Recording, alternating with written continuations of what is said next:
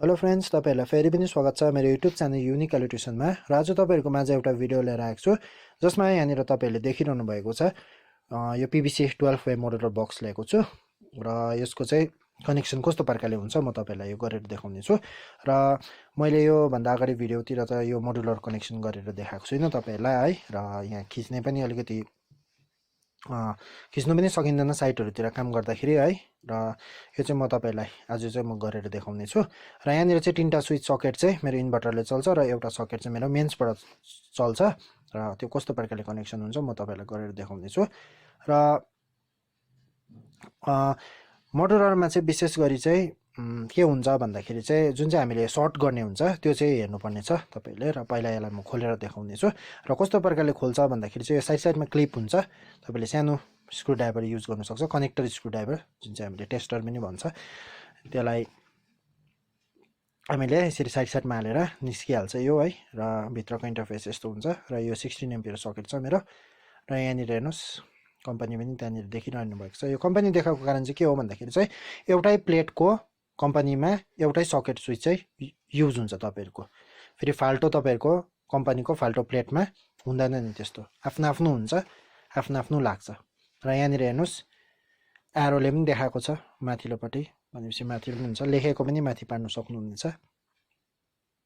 र यो चाहिँ इजीसँगले प्रेस गर्यो भने माथि र मुनिबाट तपाईहरुले प्रेस गर्नुभयो भने इजीसँगले यो पसिहाल्छ। यसमा फाल्टो हाम्रो नर्मल सकेटहरु जस्तो स्क्रुहरु कसिरहनु परेन। र अर्को पनि देखाउँछु, यो मेरो 6 एम्पियरको सकेट हो, 5 पिन सकेट। यहाँनिर हेर्नुस् माथिबाट पनि कस्यो, मुनिबाट पनि अलिक टाइट प्रेस गर्नुपर्छ, भइहाल्छ। र यो थर्ड 6 एम्पियर सकेट, यो पनि हेर्नुस् माथिबाट पनि प्रेस गर्नुस् अलिकति जोडले र मुनिबाट पनि तपाईले प्रेस गर्नुभयो भने भइहाल्छ है। र यहाँनिर हेर्नुस् मैले स्विच सकेट सबै लगाइदिसकेको छु। र अब ब्याकको इन्टरफेस यस्तो छ। र यसको कनेक्सन चाहिँ के हो भन्दाखेरि चाहिँ मेन चाहिँ एउटा वायर लिएको छु र मुनिलो टर्मिनलमा तपाईले सर्ट गर्दाखेरि चाहिँ डाइरेक्ट सर्ट चाहिँ गर्नु हुँदैन, किनभने फ्युचरमा कुनै पनि स्विच बिग्रियो भने चाहिँ तपाईले निकाल्नु पनि सकोस् क्या। र यो वायर स्ट्रिप गरे मैले, यसको इन्सुलेसन रिमुभ गरे। र अब यो फर्स्ट टर्मिनलमा हालिदिएको छु, मुनिलो टर्मिनलमा स्विचको। यो मैले तपाईलाई देखाएको मात्रै हो र यो त मेन्सको लागि हुन्छ, योमा बस्दैन, यो इन्भर्टरको लाइन हैन। र यहाँ हेर्नुस् सेकेन्ड स्विचको लागि मैले एउटा वायर स्ट्रिप गरे, यसको पनि इन्सुलेसन रिमुभ गर्दै र दुईटालाई मैले दुईटा वायरलाई कनेक्ट गरिदिएको छु। यो चाहिँ मैले सर्ट गर्दै छु प्रत्येक स्विचको मुनिलो टर्मिनलमा। र यहाँ हेर्नुस् सर्ट गरेर मैले यसलाई टाइट गरिदिए। र अहिले यो दुईटामै देखाउँदै छु म तपाईहरुलाई। र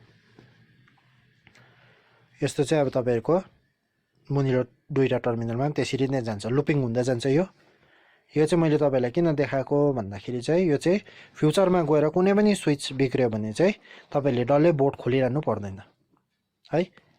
र त्यसको लागि चाहिँ तपाईहरु सिम्पल एउटा कुनै पनि स्विच बिग्रियो भने चाहिँ तपाईले यस्तो नै कनेक्टर स्क्रु ड्राइभर लिएर या यसरी तपाईहरुको टेस्टर लिएर यहाँनिर हेर्नुस्, राम्रो हेर्नुभयो भने यहाँनिर दुईटा पोइन्ट छ र एउटा कुनै पनि पोइन्टमा कनेक्टर स्क्रु ड्राइभर या टेस्टर हालेर तपाईले तान्नु भने इजीसँगले आउँछ बाहिरैबाट। यसरी प्लेट मात्रै खोलेर तपाईले यो रिपेयर गर्न सक्नुहुनेछ। र बाहिरबाट यसरी खोल्यो र त्यति बेला अब तपाईहरु बिगिनर छ भने त लाइन काटेर गर्दा पनि भइहाल्यो। र मार्किङ गर्नुस् कतापट्टि मुनिलोपट्टि फेस, अभियसली माथिपट्टि तपाईले सकेटलाई देख्नुहुन्छ, यसरी तपाईले रिप्लेस गर्नु सक्नुहुनेछ। र डल्लै सर्ट गर्यो भने त तपाईले यसरी निकाल्नु सक्नुहुँदैन, तपाईले डल्लै बोर्डै निकाल्नु पर्यो बाहिर। र यो तीनटा सकेट चाहिँ इन्भर्टरको लागि हो, माथिको फर्स्टको सकेट चाहिँ मेरो मेन्सको लागि हुन्छ। र यसको कनेक्सन कस्तो प्रकारले हुन्छ म तपाईहरुलाई गरेर देखाउँछु। अब यहाँनिर तपाईले र यहाँनिर हेर्नुस् मैले यो पीवीसी ग्याङ बक्सलाई काटिदिएको छु र यो वाल छ, यहाँनिर मैले 6 फुट नापेको छु। र यो चाहिँ छ मेरो लेभल। र यो चाहिँ 6 फुटमा बस्दैछ। यहाँ किन भन्दाखेरि यो 4 फुट 9 इन्चीमा बस्नुपर्ने हो स्विच बोर्डको खासमा हो भने चाहिँ। तर यहाँ चाहिँ अब कस्टमरको कन्सर्न अनुसार हो मैले गरेको। यहाँ किनभने सीसीटीभीको डीवीआर बक्सहरु बस्नको लागि चाहिँ यो माथि नै गरेको छ र मोटरको स्टार्टर पनि राख्नुपर्ने छ यहाँनिर। र यहाँनिर हेर्नुस् यसरी लेभल गर्नुपर्छ, यो 4टा पोइन्ट। र यहाँनिर चाहिँ म 1 इन्चीको PVC गुट्का हाल्ने छु र यहाँ हेर्नुस् ह्यामर ड्रिल मेसिन लिएको छु र यहाँनिर 4टामा मार्क गरेर यसलाई मैले ड्रिल गर्दैछु यहाँनिर हेर्नुस् यहाँनिर 1 इन्चीको PVC गुट्का हाल्ने छु र जिप्सन स्क्रू पनि युज गर्ने छु यहाँनिर हेर्नुस् 4टा मैले होल बनाइदिए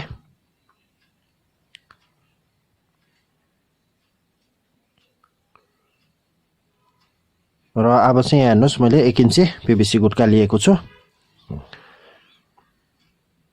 र यसलाई चाहिँ यसरी ठोकिदिनु पर्छ ह्यामरले र अब फेरि लेभल हेर्दै यसलाई स्क्रूले टाइट गरिदिनु पर्छ र यहाँनिर चाहिँ अब यस्तो गरेको चाहिँ एकदमै राम्रो हुन्छ किन भन्दाखेरि पछि केही चेन्ज गर्नु पर्यो भने पनि जग्गा हामीले गर्नु सक्छ र सिधै हामीले चाइनिज काटी चाहिँ हाल्नु हुँदैन योमा क्या र योमा तपाईले यो जिप्सन स्क्रूमा Phillips head screwdriver use हुन्छ योमा जुन चाहिँ हामीले कमनली युज गर्ने नाम भन्छ नि जुन चाहिँ स्टार भन्छ यसको ओरिजिनल नाम चाहिँ फिलिप्स हेड हो र यहाँनिर हेर्नुस् यो दुईटा जुन चाहिँ न्यूट्रल फेस देख्नु हुँदैछ ब्ल्याक कलरको त्यो मोटरको हो र यो दुईटा मेरो इन्भर्टरको र येलो कलरको वायर जुन चाहिँ छ त्यो चाहिँ यो चाहिँ मेरो मेन फेस हुन्छ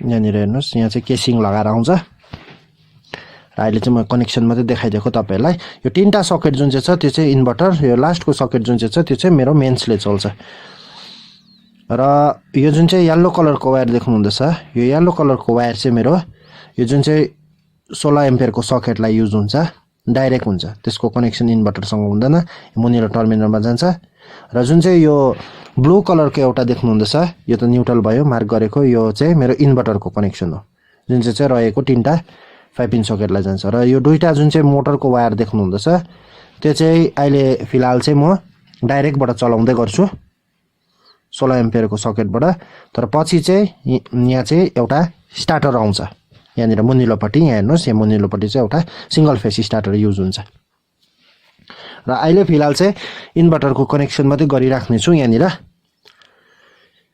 यो रेड कलरको वायर यहाँनिर इन्भर्टरसँग कनेक्सन हुन्छ यो ब्लू कलरको वायरसँग हेर्नुस्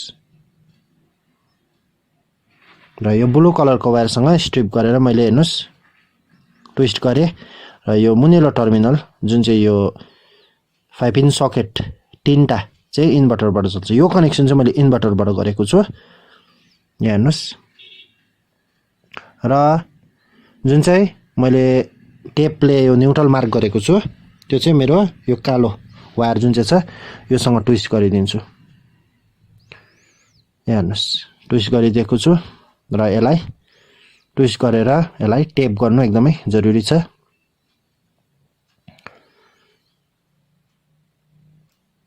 र सबै कनेक्सन भयो इन्भर्टरको यो मुनिलोको मात्रै टर्मिनल छोड्दिएको छु त्यो चाहिँ यो येलो कलरको वायर आउँछ मेरो तर यसलाई म अहिले डमी छोडिराख्छु हो किनभने यसको सिंगल फेस मोटर आएर मात्रै युज हुन्छ यो दुईटा वायर जुन चाहिँ मेरो मोटरको न्यूट्रल फेस आउँदैछ यो 1 HP मोटर चाहिँ यहाँ पानीको पम्प यसलाई तान्नुको लागि चाहिँ यो वायरबाट चाहिँ म मेन फेस ल्याउँछु MCB बाट र तपाईहरुलाई देखाउँछु बाहिर को कनेक्सन पनि अब गरेर इन्भर्टरको कुन चाहिँ हो र मेन्सको कुन चाहिँ हो भनेर र मेन्समा चाहिँ अहिले येलो कलरको वायर चाहिँ म जोड्दिन अहिले पछि यहाँ कस्टमरले सिंगल फेस स्टार्टर मोटर ल्याएर मात्रै हुन्छ यहाँनिर हो र यसलाई चाहिँ म अहिले त्यतिकै छोडिराख्छु र इन्भर्टरको कनेक्सन चाहिँ भयो र मोटरलाई पनि अहिले फिलहाल चाहिँ सकेटमा हालेर यहाँ काम चल्दै गर्छ हो र पछि यसको न्यूट्रल एउटा मोटरको न्यूट्रल यही न्यूट्रलसँग कनेक्ट भइहाल्छ र येलो कलरको वायर मेन फेसमा गइहाल्छ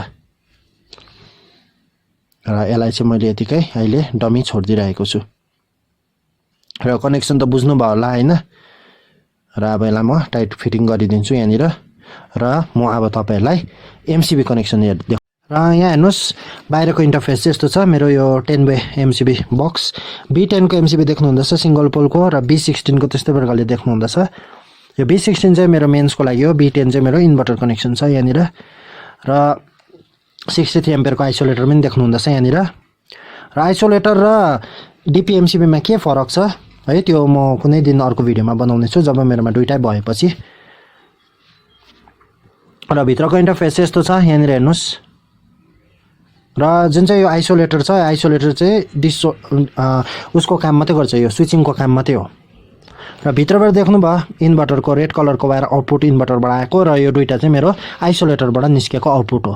रेड कलरको वायर अलग अलग छ, यो 10 अलग्गै छ 16 अलग्गै छ र यो जुन चाहिँ रेड कलरको वायर छ योनिर यो चाहिँ अर्थिङको हो, घरको जति पनि सकेटमा गएको अर्थिङहरू हो। यहाँ अर्थिङ गरेको छैन त्यस कारणले गर्दाखेरि यहाँ टेप गरेर अलग्गै राखिदिएको छु, पछि हुने चाहिँ यहाँ अर्थिङ। र यो जुन चाहिँ हेर्नुहुँदैछ ब्लू यो ब्लू चाहिँ एउटा न्युट्रल र फेस हो, भित्रबाट आएको तपाईँलाई देखाएको छु होइन। यो न्युट्रल चाहिँ जुन चाहिँ छ मैले टेप गरेको न्युट्रल बनाएको छु जुन चाहिँ मैले, त्यो चाहिँ मेरो यो न्युट्रल लिङ्कमा लाग्छ यहाँ हेर्नुहोस् सेकेन्ड लास्टमा। र यो जुन चाहिँ फेस छ यो चाहिँ मेरो B10 मा जान्छ किनभने यो मलाई इन्भर्टरमा चाहिएको छ। यहाँ कस्टमरको कन्सर्न के छ, यो CCTV को लागि हो, त्यसै कारणले गर्दाखेरि यो इन्भर्टर कनेक्सनमा हाल्नुपर्ने छ। र यो जुन चाहिँ येल्लो कलरको वायर छ यो येल्लो कलरको वायर चाहिँ कुनै पनि B16 बाट मैले आउटपुट निकाल्न सक्छु, तर अहिले जोड्दिनँ, यसलाई डमी राख्छु किनभने पछि मोटर स्टार्टर आएर मात्रै म यसलाई कनेक्सन दिन्छु। र यो हेर्नुहोस् पहिला म फेस वायर न्युट्रल वायर र यो जुन चाहिँ डमी यसलाई छोड्ने छु है। र पहिला चाहिँ म यसको इन्सुलेसन रिमुभ गर्छु र म B10 MCB मा हालिदिन्छु। र यहाँनिर हेर्नुहोस् र यो चाहिँ प्यानल भित्र छ र अहिले मैले यो प्यानल बनाएको छ, यो सिंगल फेज AC चाहिँ घरमा यहाँ त, र यो प्यानल भित्र काम गर्दैछु मैले अहिले। र यहाँनिर हेर्नुहोस् यो B10 बाट पनि आउटपुट चाहिँ ब्लू कलर वायरमै देख्नुहुँदैछ यहाँनिर र त्यसलाई पनि म निकालिदिन्छु। यहाँनिर हेर्नुहोस् निकालेँ र यो दुईटा वायरसँग चाहिँ म ट्विस्ट गरेर जोइन गरेर चाहिँ यो B10 MCB मा हालिदिन्छु। अहिले मैले MCB पनि झारिरहेको छु, तपाईँले हेर्नुभयो भने त्यहाँ नोटिस गर्नुभयो भने। र यहाँनिर हेर्नुहोस् मैले दुईटा वायरलाई B10 MCB मा हालिदिएको छु, यहाँनिर हेर्नुहोस्। र अरू त सबै लाइन मेरो चालु नै छ यहाँनिर, सबै मैले चालु लाइनमा काम गर्दैछु यहाँनिर एकदमै सेफ्टी ध्यान राख्दै। र तपाईँहरूले पनि बिगिनर्सहरू हुनुहुन्छ भने चाहिँ पुरै लाइन काटेर काम गर्नुहोस्। र यहाँ हेर्नुहोस् मैले न्युट्रल वायर पनि हालिदिएको छु, सबै मेरो कनेक्सन ओके भयो अब न्युट्रल फेस। र यो येल्लो कलरको वायर छ, यो येल्लो कलरको वायरलाई म यतिकै डमी छोडिराख्छु अहिले, पछि कुनै पनि यो B16 बाट म आउटपुट दिन सक्छु भित्र स्टार्टर आएपछि। यो जुन चाहिँ हामीले पुस अन अफ स्टार्ट भन्छ नि, जुन चाहिँ स्टार्ट स्टपहरू पनि भन्छ हामीले, या NONC पनि भन्छ है, यो थुप्रै छ, यो पछि अरू भिडियोमा म भन्छु तपाईँहरूलाई। र कनेक्सन मेरो यहाँनिर ओके भयो, MCB डाउन नै छ मेरो, अहिले उठाएको छैन मैले MCB। र यहाँबाट त इन्भर्टरबाट कनेक्सन आउँदैछ, लाइन आउँदैछ यहाँनिर। र यहाँनिर यस्तो छ इन्टरफेस चाहिँ MCB बक्सको। र यहाँनिर चाहिँ मैले वायर एकदमै बेसी नै छोडेको छु, सबै वायर यहाँ 2.5 को छ सर्किटमा गएकोहरू पनि। र यहाँनिर हेर्नुहोस् MCB मैले उठाइदिएँ र उठाएर चाहिँ भित्रको यहाँनिर हेर्नुहोस् अब लाइन चेक गर्नुको लागि आएको छु यहाँनिर। र यो जुन चाहिँ 16 एम्पियरको छ मैले डमी छोडिराख्छु अहिले, योमा केही लाइन छैन।